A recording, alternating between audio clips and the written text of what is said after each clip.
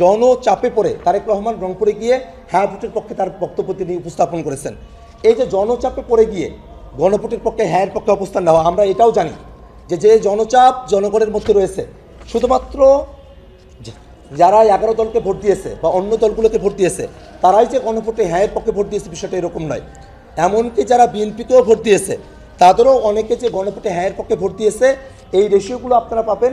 বিএনপির ভোটের অনুপাত পার্সেন্টেজ, 11 দলের পার্সেন্টেজ, এনসিপির পার্সেন্টেজ, জামাতের পার্সেন্টেজ এবং গণভোটের যে পার্সেন্টেজ, এই হিসেবটা করলেই বের হয়ে আসে যে কোনো দলীয় বিবেচনায় থেকে কিন্তু জনগণ হ্যাঁ ভোটের পক্ষে তারা মতামত দেন নাই, বরং তারা জাতির প্রয়োজনে, দেশের প্রয়োজনে তারা গণভোটে হ্যাঁ পক্ষে অবস্থান নিয়েছেন।